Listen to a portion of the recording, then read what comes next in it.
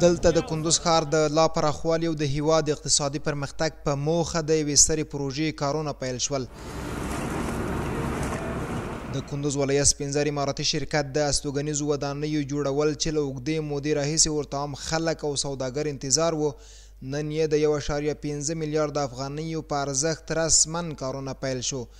د سپین زر اماراتي شرکت مسؤلین وایي دغه استوګنیزې ودانۍ په 15 جریبه ځمکه کې جوړیږي چې د کارونو له بشپړېدو سره به یې خلکو په ځانګړې توګه سوداګرو ته ګڼې اسانتیاوې برابرې شي.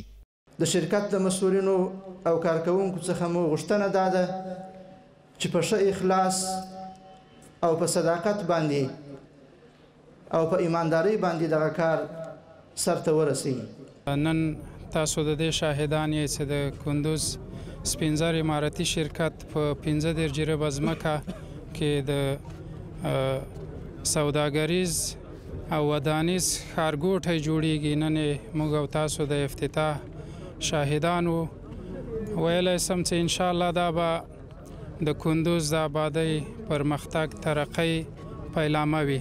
کله چې د کار شروع وي لکه د 2 کاله کې چې د جوړېدلو وخت د جوړېدلو په وخت کې تقریبا کم از کم 1500 نفره روزمره کار کې دلته اخته وي، اما بعد لغه نه کله چې پروژه تکمیل کیږي بیا 3000 نفر په مستقیم شکل باندې او تقریبا تر 15000 نفر غیر مستقیم شکل باندې بدلته مصروف وي. له دې سره یو شمېر سوداګرو د دغه ودانیو جوړول یوه لویه اړتیا وبلله او د کندوز ولایت له ځایي مسؤلینو یې وغوښتل تر څو د ښاري ماسټر پلان د تطبیق په برخه کې لا کوټلي ګامونه پورته کړي.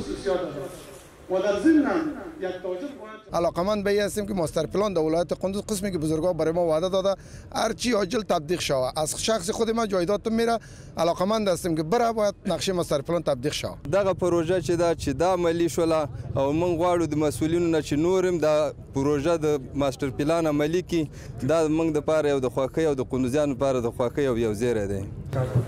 په همدې حال د کندوز ولایت اوسیدونکي پر غنیزه برخه کې د اسلامي امارات له لوري تطبیق کړې پروژې بې مخینې یادوي او وایي چې د سپین زر د استوګنیزو ودانیو له جوړېدو سره به نه یوازې د دوی شته استوګنیزې ستونزې حل شي بلکې ورسره به سلګونه کسانو ته د کار زمینه هم برابره شي.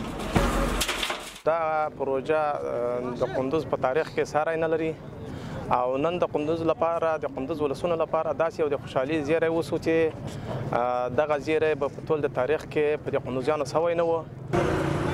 د کندوز ولایت سپین زر اماراتي شرکت د استوګنیزو ودانیو د جوړولو چارې داسې مهال پیل شوې چې دغه ولایت ښاري ماسټر پلان تطبیق هم د اسلامي امارات د رهبرۍ له لومړیتوبونو څخه دی او هڅې روانې دي تر څو دا پلان هر څومره ژر عملي شي.